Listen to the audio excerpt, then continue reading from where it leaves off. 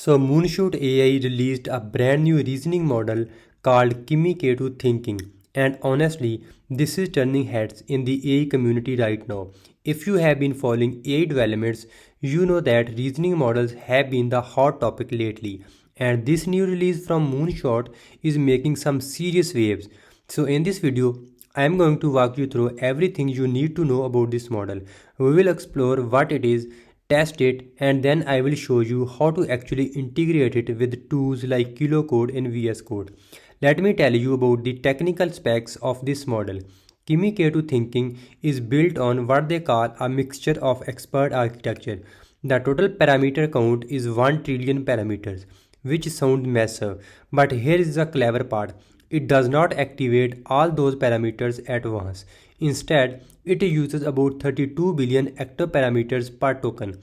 Think of it like having a huge team of specialists, but for any given task, you only bring in the expert you actually need. This makes the model incredibly efficient. It has 61 layers in total with 384 different experts to choose from, and for each token, it selects 8 of those experts. The model also has a context window of 256,000 tokens, which means it can handle really long documents and maintain context over extended conversations. One of the most impressive things about this model is something called test time scaling. Basically, when the model encounters a harder problem, it automatically expands its reasoning length and increases the number of tools calls it makes. It does not use a fixed short chain of thoughts for everything. Instead, it adapts based on the difficulty of the task. This is really smart because it means the model can be fast and efficient for simple tasks, but when it needs to, it can slow down and think deeply about complex problems. Also, Kimi K2 Thinking can execute between 200 and 300 sequential tool calls without any human intervention. What does this mean in practical terms? Well, imagine you ask the model to research a topic, analyzes data, write code, test that code, debug it if there are errors, and then present the result in a nice format. Then the model will achieve all of these tasks by using the sequential tool calls very efficiently. The cost to train this model is also worth mentioning. According to reports, it only cost around $4.6 million to train Kimi K2 Thinking. Now, I know that sounds like a lot of money to regular people like us, but in the world of AI development, this is actually incredibly cheap. Companies like OpenAI reportedly spend hundreds of millions or even billions of dollars training their frontier models. So the fact that Moonshot achieved these results on such a relatively small budget is really impressive and shows how much more efficient these Chinese AI labs have become at training models. Another technical innovation they have implemented is something called quantized aware training. They trained the model to run efficiently in INT4 precision, which is a compressed format. This means the model can run about twice as fast compared to standard precision, which is crucial when you are doing long reasoning sessions that might involve thousands of tokens of internal thinking. And they did this without sacrificing accuracy, which is the holy grail of model optimization. Kimi K2 Thinking delivers impressive results across multiple benchmarks. It scores 44.9% on humanities last exam, beating both GPT-5 and Claude Sonnet 4.5, and achieves 60.2% on browse comp, significantly outperforming GPT-5's 54.9% and Claude's 24.1%.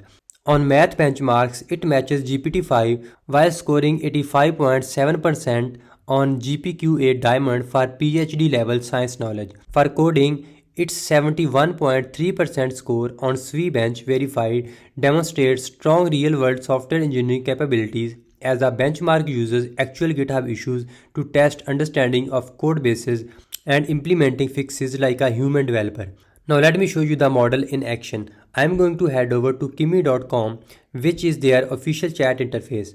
Once I am on the site, you will notice that the interface looks pretty clean and straightforward. To use the reasoning capabilities, I need to do two things. First, I need to select the K2 model from the drop-down menu, and second, I need to turn on the thinking switch. This is really important because the thinking mode is what activates the extended reasoning capabilities. Without it, you are just using the base model. Let me try a few different types of queries to see how well it performs. First, I will ask it to build a complex interactive web page. I will type something like create a fully functional task management dashboard with drag and drop functionality, local storage persistence, priority filters, and a dark mode toggle, all in a single HTML file with CSS and JavaScript. Watch what happens when I submit this. You can see that the model starts showing its thinking process. It's breaking down the requirement into components, planning the HTML structure, designing the CSS layout, and architecting the JavaScript functionality. This transparency in reasoning is really valuable because you can see exactly how the model approached the problem.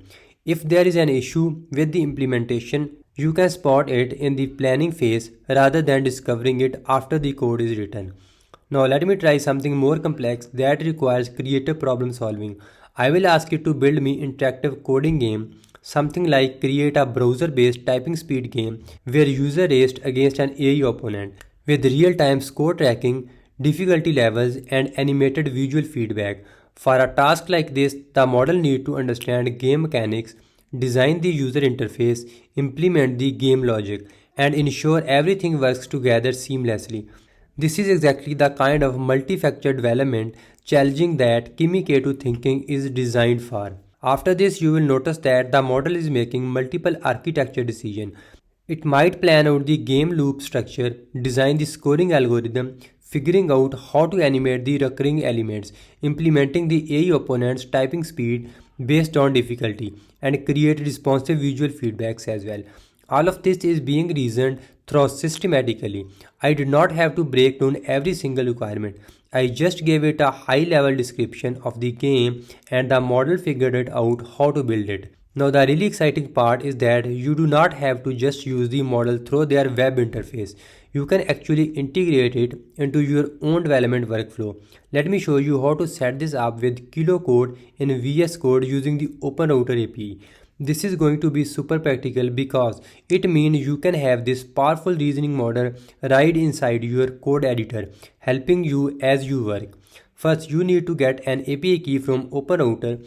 OpenRouter is a platform that provides unified access to multiple AI models, including Kimi K2 Thinking. I am going to head over to their website. Once you are logged in, navigate to their API sections and generate a new key. Make sure to copy this key somewhere safe because you will need it in a moment.